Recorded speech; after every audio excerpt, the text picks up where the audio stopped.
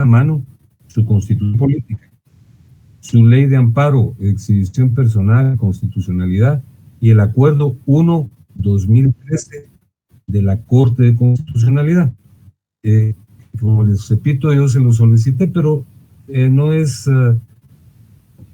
difícil obtenerlo, porque ahora con la virtualidad es sumamente fácil para utilizar la terminología informática, bajarlo, ¿verdad? Ustedes se sitúan en Google y ahí hacen la ubicación del acuerdo 1/2013 de la 1/2013 del Corte, que es un normativo muy importante. Repito, el día lunes ya vamos a analizar la secuencia del amparo desde el punto de vista procesal, y es menester para ese efecto tener a la mano su constitución, su ley de amparo, exhibición personal y constitucionalidad, y el acuerdo 1/2013 de la Corte de Constitucionalidad. Bueno, hacemos como de costumbre la evocación de rigor para situarnos en el tema de hoy, que es breve. En la clase anterior hablamos de los eventos que es menester que concurran para la procedencia del amparo. Y yo les dije que es indefectible que exista un nexo de autoridad, un ente que ejerce la autoridad y una persona que recibe el influjo de esa autoridad. La autoridad, les señalé que usualmente se ubica en el poder público, ¿verdad? Pero la autoridad no solo la ejerce el Estado, sino también la ejercen entidades privadas, como lo señalan los artículos 9 y 10 de la ley de amparo. Es indefectible, pues, que haya un nexo de autoridad y dos sujetos: quien ejerce la autoridad y quien la recibe. Pero hay un suceso que es el que demarca la posibilidad de interponer el amparo, y es el hecho de que la autoridad rebase los límites de la ley y abuse y caiga en arbitrariedad. Esa conducta de extralimitación, de abuso, de irrespeto a la ley, se llama acto reclamado. Luego le trasladé una definición de amparo que es muy importante. Yo les he señalado que, pues, obviamente la mnemotecnia, la memoria, es algo básico en el aprendizaje, pero que no es menester utilizarla con plenitud, porque tenemos otras facultades intelectivas como la asociación, que es muy importante. Pero recalqué en esta definición porque les señalé que fue formulada por don Edmundo Vázquez Martínez, que ha sido uno de los personajes más ilustres del ámbito jurídico guatemalteco, y les traje a cuenta que fue presidente de la Corte Suprema de Justicia, presidente de la Corte de Constitucionalidad, y fue nuestro rector. Es un rector muy, muy especial, muy respetable, ¿verdad? Un hombre muy culto. Entonces él dijo que el amparo es un proceso de rango constitucional especial por razón jurídico-material que tiene la pretensión de mantener un derecho fundamental o restablecerlo cuando el mismo ha sido conculcado. A partir de la formulación de esa definición, examinamos cada uno de las características que se derivan de la misma. Dije yo que es un proceso de rango constitucional. Eso es muy importante, ¿verdad? Porque está contenido en la Constitución y hay una ley especial que lo regula, que es la Ley de Amparo, Exhibición Personal y Constitucionalidad. Hasta la saciedad he señalado que hay 4 leyes constitucionales. Cuando se emitió la Constitución por parte de la Asamblea Nacional Constituyente, se emitieron 4 leyes más: la Ley de Orden Público, la Ley Electoral y de Partidos Políticos, la Ley de Libre Emisión del Pensamiento, y la que nos atañe en este momento, la Ley de Amparo, Exhibición Personal y Constitucionalidad. De conformidad con la pirámide de Kelsen, estas leyes están en la parte más alta de la estructura jurídica de cada país: la Constitución y las leyes constitucionales. Ninguna ley ordinaria ninguna ley ordinaria puede prevalecer sobre estas leyes, porque entonces está irrespetando la Constitución. Entonces, por eso decimos que el amparo es de rango constitucional. Es especial por razón jurídico, es especial por razón jurídica. Es decir, que el amparo solo puede promoverse cuando se han agotado las instancias ordinarias. Y yo les señalé un ejemplo de un proceso de cobro de rentas atrasadas y de desocupación de un inmueble derivado de un contrato de arrendamiento. Yo no puedo promover un amparo para que me paguen las rentas, ¿verdad? Porque eso está determinado, legislado, regulado por la ley ordinaria, salvo que haya un irrespeto a la Constitución. Por ejemplo, si no le notifican al demandado, estamos violando el artículo 13, porque toda persona, para ser condenada, previamente debe ser citada, oída y vencida en juicio. Entonces, si no le notifican, el proceso no puede desarrollarse. Y si el proceso continúa sin la notificación, hay un irrespeto. Ahí sí puede y debe promoverse el amparo. La tercera característica es que el amparo es político, porque está vinculado al ejercicio del poder, el poder público o el poder privado, porque dijimos que de conformidad con los artículos 9 y 10 de la ley de amparo, exhibición personal y constitucionalidad, el poder puede ser ejercido también por instituciones privadas.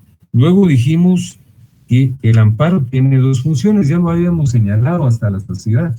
En primer lugar, tiene un efecto previsor para evitar que se vulnere la ley cuando hay una amenaza, ¿verdad?, que se vulnere la Constitución, y restaurador cuando el irrespeto a la Constitución ya se ha producido. Además dijimos el amparo de conformidad con el artículo 8º de la ley es de naturaleza amplia, ¿verdad? Puede promoverse en cualquier disciplina. Yo les dije que en el ámbito penal, en el ámbito procesal penal, en el ámbito civil, en el ámbito notarial, en el ámbito administrativo, en el ámbito agrario, etc.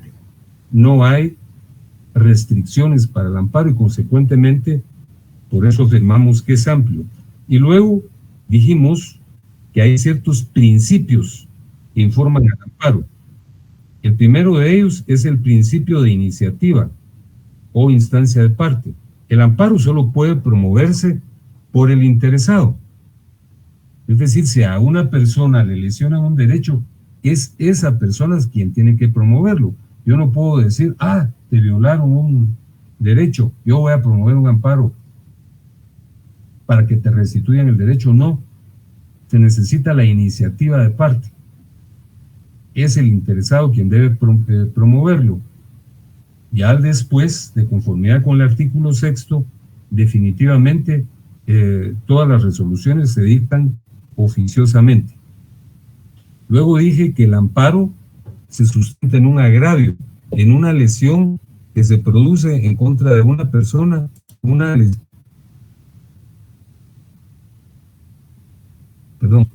lesión que puede ser en el ámbito patrimonial o en el ámbito personal, ¿verdad? Y luego señalé que hay un principio de prosecución procesal que lo vamos a abordar también esta noche. El amparo es un proceso, es una secuencia de fases, de etapas, ¿verdad?, que se inician con una demanda, con las audiencias, que son 2, luego el periodo de prueba por 8 días, la segunda audiencia, la sentencia y la promoción de la apelación en el caso del amparo biinstancial. Entonces, es un principio de prosecución procesal, está conformado por una serie de etapas. Las últimas 2 características son el principio de relatividad de la sentencia. La sentencia solo tutela a quien promovió el amparo, no es un efecto erga omnes, no es un efecto para la colectividad. Y luego, el artículo 19 regula el principio de definitividad, que impone que para acudir al amparo, para instarlo, para promoverlo, es menester agotar de manera previa todas las fases ordinarias, como lo vamos a realizar el día de hoy. Así es que les presento seguidamente. Licenciado, perdone, fíjese que Melissa y Kelly ya menciona que le escuchan entrecortado, pero va a hacer señal de internet propiamente de ellos. Voy a verlo.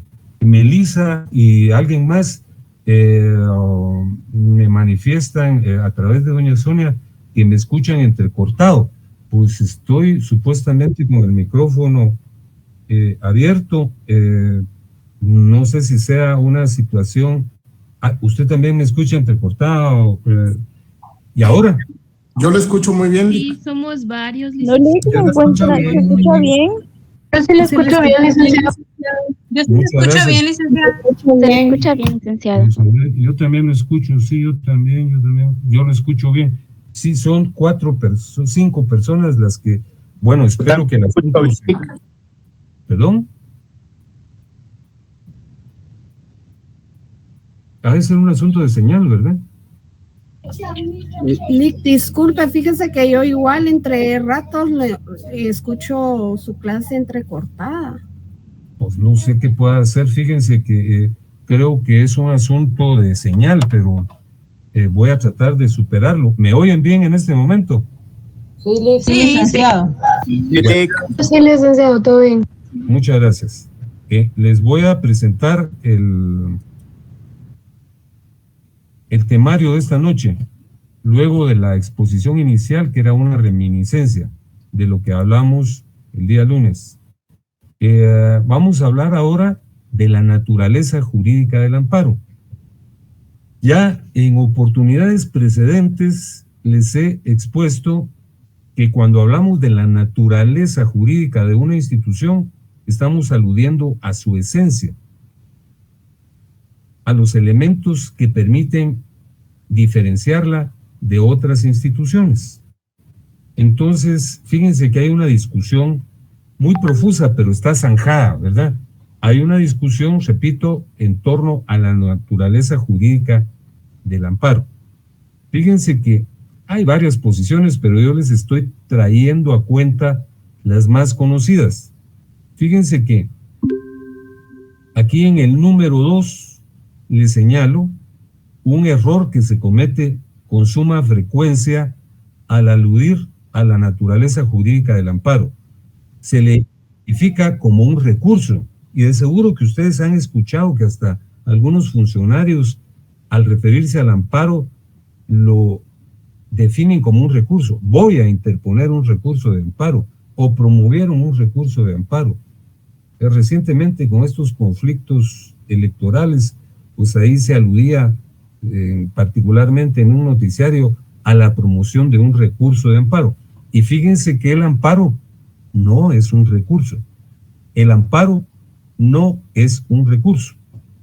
Ustedes ya estudiaron teoría del proceso y cuando lo hicieron, estudiaron lo que es un recurso. Fíjense que un recurso expuesto de manera muy sencilla es una impugnación mediante la cual se conduce una inconformidad de una de las partes que intervienen en el proceso. Utilicemos otra vez el ejemplo de un juicio de desocupación y de cobro de rentas atrasadas. Yo di en arrendamiento una casa y el inquilino se comprometió a pagarme una renta mensual, pero hace 10 meses que no paga. Entonces yo inicié el proceso para que él desocupe el inmueble y me pague los 10 meses que me debe, que son 20,000 quetzales. Bueno, pues se dicta la sentencia y en la sentencia en efecto ordenan la desocupación, pero no lo condenan al pago de los 10 meses que me debe, sino al pago de 5 meses. Entonces yo estoy inconforme y promuevo un recurso de apelación o alzada. Lo planteo contra la sentencia de primer grado y el recurso lo va a conocer un tribunal superior, que es una sala. Entonces, la sala revisa la sentencia de primer grado. Y la sala puede decir, no, la sentencia está correctamente dictada y la ratifico. O puede decir, está incorrectamente dictada y la modifico. No son 5, sino son 10 meses los que debe. Entonces, adviertan que en el recurso se conoce el asunto que se planteó en primera instancia, el asunto del arrendamiento, el asunto del cobro de las rentas. Mi inconformidad con la sentencia la conoce la sala de la Corte de Apelaciones y resuelve, ¿verdad? Dándome la razón o confirmando el pronunciamiento del juez. Pero lo que se está conociendo es el mismo asunto. Ese es un recurso. El recurso es un medio mediante el cual yo conduzco mi inconformidad y planteo una impugnación. Digo, no, yo no estoy de acuerdo con la sentencia que profirió el juez de primera instancia. Eso es un recurso. Pero el amparo no es un recurso. Porque cuando yo promuevo el amparo, no estoy pidiendo que revisen la sentencia que se dictó en primer grado, sino que yo estoy manifestando mi inconformidad porque se violó un derecho constitucional. Por ejemplo, lo que yo le señalaba hace unos minutos, no se notificó, no se me notificó. Entonces yo no me puedo defender porque no estaba enterado que me estaban demandando, ¿verdad? Y no puede concretarse el paradigma constitucional que señala que para ser condenado debo ser previamente citado, oído y vencido en juicio. Entonces lo que yo estoy discutiendo no es el asunto de las rentas ni el asunto de la desocupación, porque eso le concierne a la jurisdicción ordinaria. Yo estoy señalando que me afectaron un derecho, el derecho relacionado con que se omitió una notificación y yo no puedo participar en el proceso. Me están vedando la posibilidad de promover mis argumentos. Entonces adviertan ustedes que el amparo no es un recurso. El amparo no es un recurso. El amparo, como vamos a ver, es un proceso. En el recurso se plantea, repito, reitero y enfatizo, una inconformidad sobre un asunto que se está ventilando en la jurisdicción ordinaria. En el amparo lo que se discute, lo que se promueve, lo que se pretende resolver es la conculcación de un derecho constitucional, en este caso, el derecho de audiencia. Entonces, definitivamente no es un recurso. Fíjense que también se relaciona que el amparo es una acción. Algunos le llaman recurso de amparo y otros le llaman acción de amparo. Pero también eso es un error. ¿Se recuerdan qué es el derecho de acción? Que lo estudiaron también en teoría del proceso. Les pregunto, ¿recuerdan qué es la acción? Ahí lo estoy señalando en el número 3. No lo recuerdan, porque si no se los recuerdo yo. Bueno, les pregunto, ¿recuerdan ustedes qué es el derecho de acción? Por favor, Nick, recuérdenlo. Muchas gracias, muy amable. Fíjense que la acción es un derecho constitucional que asiste a todos los ciudadanos y que consiste en la posibilidad de que acudamos a un tribunal, que promovamos la ejecución de un derecho, tengamos o no tengamos razón. El simple hecho de acudir a los tribunales, ese es el derecho de acción. Es un derecho que asiste a todos los ciudadanos. Es el principio de un proceso, pero no es el proceso en sí. La simple facultad que tenemos los ciudadanos de acudir ante un tribunal y pedirle, mire, conozcan una pretensión, ese señor no me ha pagado las rentas, eso es el derecho de acción. Tengamos o no tengamos razón, el derecho de acción constitucional nos faculta para acudir a un tribunal. Entonces, el amparo no es una acción. el amparo se inicia con una acción, como se inicia cualquier proceso, un proceso penal, un proceso civil, un proceso administrativo, un proceso de cualquier índole se inicia con la acción, que es la conducta de una persona de acudir a los tribunales y pedir que actúe en su pretensión. Ese es el derecho de acción, pero el derecho de acción no es el proceso en sí, es el génesis del proceso, es el punto de partida del proceso. Entonces el amparo no es una acción y no debemos señalar que el amparo es una acción. Entonces ya les señalé que no es un recurso, pero tampoco es una acción. Es el génesis, el punto de partida del amparo y de cualquier proceso, porque repito, la acción es la facultad que tiene todo ciudadano para pedir la intervención de un tribunal. Entonces, ¿qué es el amparo? Si no es un recurso, ni es una acción, ¿dónde lo situamos? Aquí está la respuesta. Fíjense que el amparo es un proceso. Esto también lo estudiaron ustedes en teoría del proceso, pero lo vamos a recordar ahora.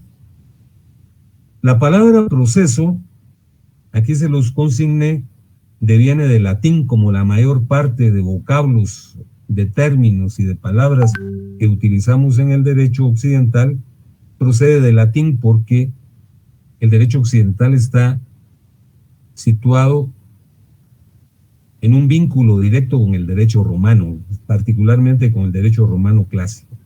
Entonces, la palabra procedo quiere decir avanzar. Y aquí les situé yo una opinión de Carneluti, que era un procesalista italiano, ¿verdad?, que refiere que el proceso jurisdiccional, ustedes lo estudiaron, es el conjunto de actos que se realiza para la solución de un litigio. Vuelvo con el ejemplo de el proceso de desocupación y de rentas atrasadas. Entonces, para resolver ese litigio, yo le estoy cobrando a mi inquilino no me quiere pagar, entonces hay que instar un proceso. El proceso es un conjunto de actos que permiten solventar un problema, que permiten solventar un litigio. Una sucesión de etapas, una sucesión de actos. Y como lo vamos a ver el lunes, el amparo es un proceso. Se inicia planteando una demanda. Corren una audiencia a la autoridad impugnada. La autoridad impugnada tiene que remitir los antecedentes o un informe circunstanciado, si no se otorga el amparo provisional. Luego se abre a prueba por 8 días. Se puede relevar la prueba. Si se abre a prueba, hay una segunda audiencia en donde las partes discuten lo relacionado con los medios de convicción que se han promovido. Luego puede existir, antes de dictar sentencia, una vista pública para discutir lo relacionado con la prueba y luego se dicta la sentencia. Si es un amparo uninstancial, solo caben los recursos de aclaración y ampliación, y si no, si es un amparo biinstancial, cabe la apelación. Esto se los voy a explicar detenidamente el lunes, lo vamos a ver etapa por etapa, pero yo en este momento me adelanté para señalar las diversas etapas que conforman el amparo, para señalar con todo énfasis que el amparo es un proceso. Entonces, vuelvo a repetir, fíjense que no es un recurso, porque ya les dije que el recurso forma parte de un proceso ordinario, ¿verdad?, que se plantea ante un tribunal superior la revisión de una resolución que se emitió, discutiendo, en el caso que les ejemplifiqué, las rentas y la desocupación. No, el amparo sirve para evitar que se conculque un derecho o para restaurarlo cuando ya se vulneró. Tampoco es una acción, es incorrecto hablar de acción de amparo, porque la acción es un derecho constitucional que posibilita el inicio de un proceso, de cualquier proceso. Es la facultad que tiene un ciudadano de acudir ante los tribunales. Entonces, ¿qué es? Es un proceso. es una sucesión de etapas porque hay una demanda, hay un periodo de prueba, hay una posibilidad de relevo de la prueba, hay también una sentencia que puede solicitarse que se aclare o que se amplíe, y si es un amparo instancial habrá una apelación. Entonces, en conclusión, con la primera etapa de esta exposición, debo señalarles que el amparo es un proceso, es un proceso. Ahora veamos las condiciones de viabilidad del amparo. Para eso les pido que tengan a mano su ley de amparo, exhibición personal y constitucionalidad, por favor.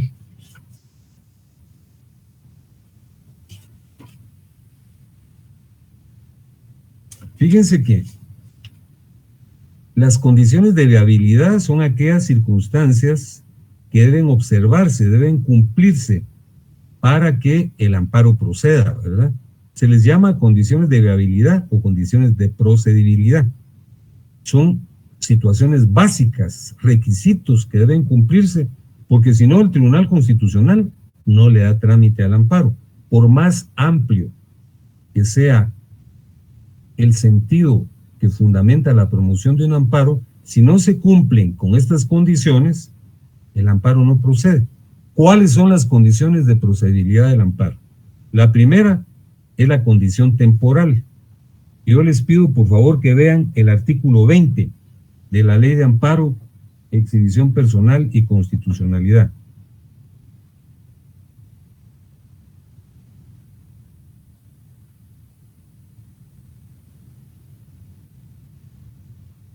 ¿Ya tienen a la vista el artículo 20? Sí, licenciado. Muy bien. Sí, licenciado. Leámoslo. Dice, plazo para la petición de amparo. La petición de amparo debe hacerse dentro del plazo de los 30 días siguientes al de la última notificación al afectado o de conocido por éste el hecho que a su juicio le perjudica. El plazo anterior no rige cuando el amparo se promueve en contra del riesgo de aplicación de leyes o reglamentos inconstitucionales a casos concretos, así como ante la posibilidad manifiesta de que ocurran actos violatorios a los derechos del sujeto activo. Sin embargo, durante el proceso electoral y únicamente en lo concerniente a esta materia, el plazo será de 5 días. Bueno, si a mí me notifican una resolución en donde se viola un derecho fundamental que me asiste, entonces yo ya conozco que me están violando un derecho y tengo, de conformidad con el artículo 20, 30 días para promover el amparo. Si me paso, el amparo ya no procede. Si yo lo promuevo a los 31 días o a los 32 o a los 33, ya no. Es justo a los 30 días. Fíjense que para dicho efecto es menester tener en cuenta lo que regula el artículo 5, que les pido que regresen unas 2 páginas para que vean los principios procesales relacionados con el plazo. La del literal A, todos los días y horas son hábiles para promover el amparo. Entonces son 30 días, literalmente son 30 días. La Corte de Constitucionalidad no cierra, ¿verdad? Hay una ventanilla especial que hace turnos y ahí se pueden ir a promover los amparos. Si se trata de un amparo ante el organismo judicial investido de las facultades de un tribunal constitucional, hay tribunales de turno y ahí lo vamos a presentar. El plazo es improrrogable, por eso se dice que es un plazo fatal, como se lo señalé al final, porque una vez transcurridos los 30 días, yo ya no puedo promover el amparo. Y ahora que estamos viviendo una etapa electoral y postelectoral, hay que advertir que aquí el plazo se reduce, porque dice, sin embargo, durante el proceso electoral y únicamente en lo concerniente a esta materia, el plazo será de 5 días. Si yo advierto que hay una irregularidad una falencia que impone que haya una violación de un derecho vinculado con el sufragio, ¿verdad? Entonces se puede promover un amparo, pero el amparo ya no tiene 30 días, sino solo 5 días, por la particularidad de que se refiere a un periodo dentro del cual se ejercitan derechos fundamentales, como es el derecho del sufragio, ¿verdad? Entonces, primero, la primera condición de viabilidad es la temporal o cronológica. 30 días para promover el amparo en cualquier caso, ¿verdad? Teniendo en cuenta que de conformidad con el artículo 5º literal A, todos los días y horas son hábiles y no pueden decirme que la Corte de Constitucionalidad no aceptó la presentación de un amparo porque estaba cerrada, ¿no? Hay una ventanilla especial, está abierta en la noche. Hay compañeros que trabajan allí y que hacen turnos. Esa es la condición temporal o cronológica. Luego tenemos la condición de legitimidad en la autoridad reclamada y en el reclamante. Fíjense que se habla de legitimación pasiva y legitimación activa. ¿Quién ostenta la legitimación pasiva? Vean, por favor, el artículo 9 y el 10º, ¿verdad? Que ya platicamos de ellos en oportunidad anterior. Abran su ley y consulten el artículo 9 y el artículo 10.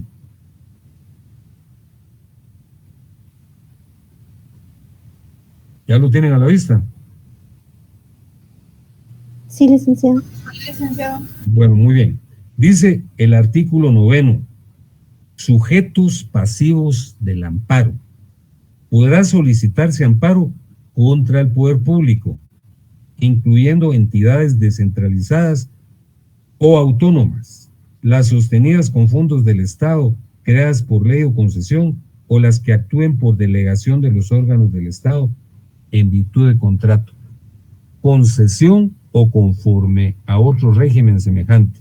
Asimismo, podrá solicitarse contra las entidades a las que debe ingresarse por mandato legal y otras reconocidas por la ley, tales como los partidos políticos, asociaciones, sociedades, sindicatos, cooperativas y otras semejantes. Y el artículo 10 dice, procedencia del amparo.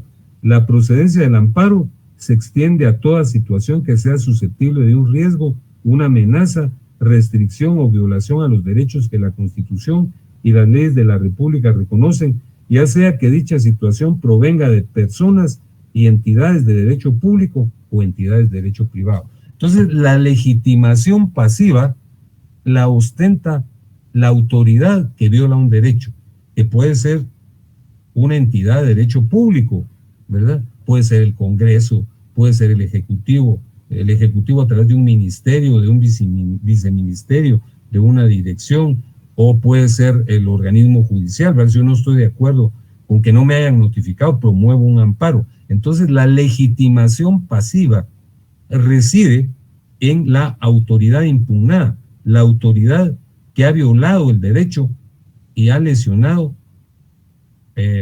los derechos fundamentales de un ciudadano. Y la legitimación activa la ostentan las personas que están afectadas, ¿verdad? A quien se le afecta un derecho, ostenta la legitimación activa. Son las personas receptoras del agravio, les puse yo ahí.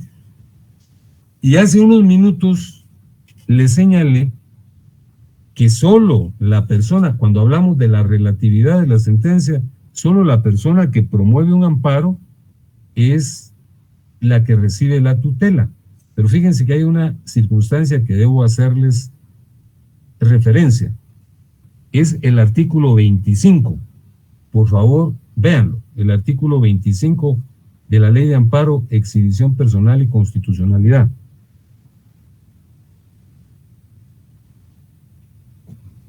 ¿Ya lo tienen a la mano? Sí, licenciado. Sí, licenciado. Vean lo que dice ahí. Legitimación activa del Ministerio Público y del Procurador de los Derechos Humanos. El Ministerio Público y el Procurador de los Derechos Humanos tienen legitimación pasiva para interponer amparo a efecto de proteger los intereses que les han sido encomendados. El procurador de los derechos humanos tiene que velar, tiene que tutelar los derechos humanos de la población. Entonces, en muchas oportunidades, los agraviados no pueden promover el amparo por diversas circunstancias, entonces lo promueve el procurador en defensa de lo que se llaman intereses difusos, que son los intereses de la población. Y de igual forma, el Ministerio Público puede promover amparos, aunque no sean ellos los directamente lesionados. Por ejemplo, si el doctor Córdoba, que es el procurador de derechos humanos del país, él no sufrió ningún agravio, ¿verdad? Pero puede promover un amparo, ¿verdad? Cerraron una escuela en una aldea o en varios sectores de Alta Verapaz. O sea, a él no lo están afectando personalmente, ni a sus hijos, ni a su familia. Pero él, en defensa de los derechos humanos, del derecho a la educación, puede promover un amparo. Y lo mismo tendría que hacer el Ministerio Público. Esa es una excepción de la legitimación activa. En términos de generalidad, el amparo solo puede ser promovido por las personas afectadas, pero en el caso de los intereses colectivos, cuando se afecta intereses generales, entonces puede ser el procurador de los derechos humanos o puede ser el Ministerio Público. ¿Quiénes son las partes en el proceso de amparo? Aquí les pido que consultemos los artículos 7, 8 y 9 del Acuerdo 1-2013. No sé si ustedes tienen ese acuerdo, yo se lo solicité al principio, pero ya no insistí con ellos. Regularmente el acuerdo está adjunto a la ley de amparo, pero puede ser que no sea así. Yo les repito y se los voy a reiterar al finalizar de la clase, que va a ser en unos minutos, que para el lunes sí les pido que lo tengan a la vista, el Acuerdo 1-2013. Fíjense que el artículo 7 del Acuerdo 1-2013 dice calidad de partes. Para los casos de amparo, poseen, ¿sí tienen el acuerdo o no lo tienen? Sí, licenciado. Ah, sí lo tienen. Sí, licenciado. Bueno, muy bien, muchas gracias. Quienes no lo tengan hay que conseguirlo, dice el artículo 7. Calidad de partes. Para los casos de amparo, poseen la calidad de partes el solicitante, la autoridad denunciada, que ya expusimos que ellos sustentan la legitimación pasiva y la legitimación activa. Pero también hay terceros interesados. Los terceros interesados, las personas que por alguna razón resultan afectadas por una decisión, aunque no sean directamente los agraviados, ¿verdad? Y el Ministerio Público por medio de la Fiscalía correspondiente. En todos los procesos de amparo, siempre hay que notificarle al Ministerio Público a través de la Fiscalía que corresponda, según la naturaleza del asunto. Entonces, esas son las partes, están reguladas en el artículo 7, pero en el artículo 8 nos explican qué son los terceros interesados. Dice, la intervención de una persona como tercero interesado dentro del trámite de un amparo debe ser establecida por el Tribunal de Amparo, de oficio o a petición de parte, con base en la calificación de las circunstancias. En la resolución respectiva, el tribunal deberá determinar con identificación precisa a quién o a quienes vincula como terceros interesados. Es decir, es el tribunal, la corte, digamos, quien advierte. Este es un asunto que le concierne a muchas personas. Por ejemplo, imagínense que en un momento dado se alterara la estructura de los programas de estudio, el currículum nacional base. Entonces hay un grupo de alumnos que lo plantean, pero como eso afecta a todos los alumnos del país, pues les dan audiencia a los interesados, por ejemplo, a los que se van a graduar, ¿verdad? Para que no resulten perjudicados. Y el artículo 9 dice representante común. Cuando sean varios los solicitantes en una misma acción, deberán designarse a las personas que lo representan en el trámite de la garantía constitucional a solicitud de parte o de oficio. Vean que la propia ley comete el error, dice representante común, cuando sean varios los solicitantes en una misma acción, ahí debió decir en un mismo proceso. Es el vicio que yo les acabo de señalar. Y luego, para concluir, ya hablamos de la condición cronológica, de la legitimación de parte, y ahora vamos a hablar de la condición de definitividad, que yo les pido que vean el artículo 19.